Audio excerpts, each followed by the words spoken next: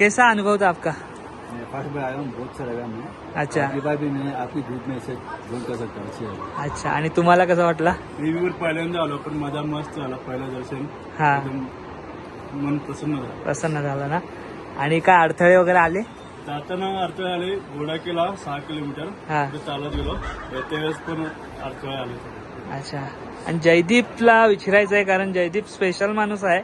त्याचं कारण सांगतो, सगळेच स्पेशल आहेत. पण जयदीप का स्पेशल आहे की आता त्यांनी सॉक्स घातल्याने, चप्पल घातल्याने, पण जाताना सुद्धा गेलेला विदाऊट चप्पल, येताना सुद्धा विदाऊट चप्पल. त्याचे पाय येताना खूप सुजलेले, पण त्यांनी हार नाही मानली.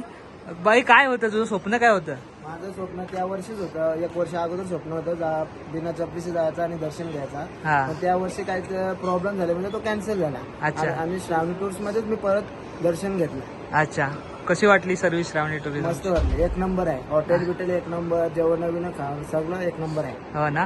तुम्हाला कसं वाटलं? एक नंबर श्रावणी टूर, एक नंबर. अच्छा. पुन्हा वेगवेगळे करणार? पुन्हा जाणार, पुन्हा केदारनाथ. ओके, पुढल्या वर्षी. पुढच्या वर्षी केदारनाथ. पुढच्या वर्षी केदारनाथ. आपण फिक्स फिक्स. येस.